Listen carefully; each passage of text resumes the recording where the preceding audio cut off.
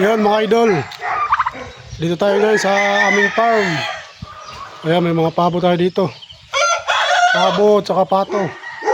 Ayan, pinagsama na dito. Kasi sa kabila naman mga manok. Mga ano yan, mga Chinese chicken yan. So malawak to. Ayan, mga pabo natin saka pato. Ayan tayo isa. Ayan.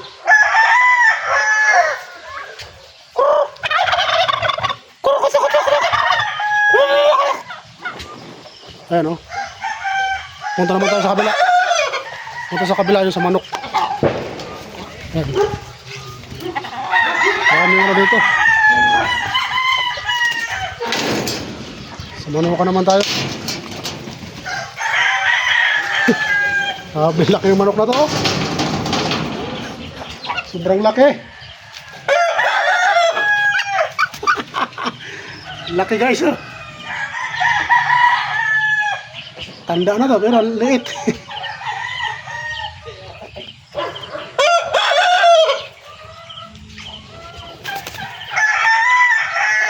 Ay, mga manok, may mga balahibo yung paan yan. May mga balahibo yung paa.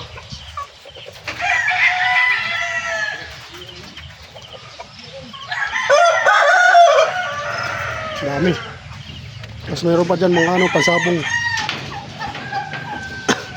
Ay, mga pansabong. Yan, marami yan. Mga doon. Mapunta pa tayo doon sa kabila, marami pa doon. Mayroon pa doon. Maraming ano dito, manok eh. Kalamansi, ayan.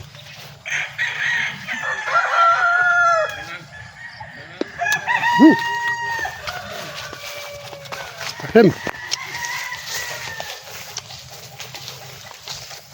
Yan pa. Manok yan. Alam di ba, ang manok na ito ay napakamahal. Tuturo ko kayo dito. Ayun.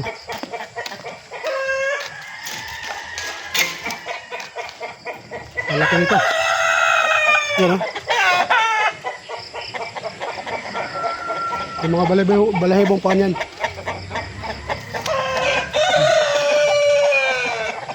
Maabot ng 13,000 ang isa niyan.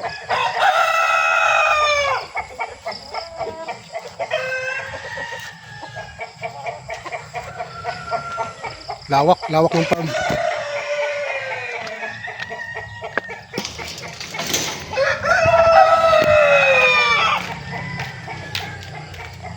Dami yan hanggang doon.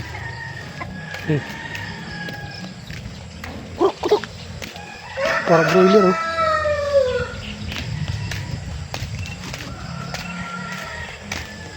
Dami. Kasi mga kalamansi dito nabubulok na lang. Bulok na lang mga kalamansi. Dami.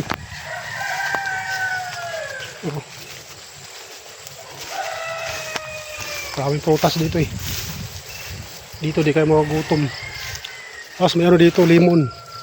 Limon ba to? Tungkan. Orange pala. May orange oh.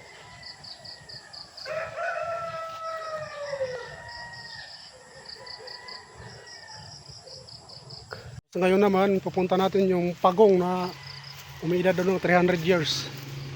Ito guys. Yung pagong. Malalaki na to. Ayan o. Mas malaki pa sa... Ayan o. Ang lalaki.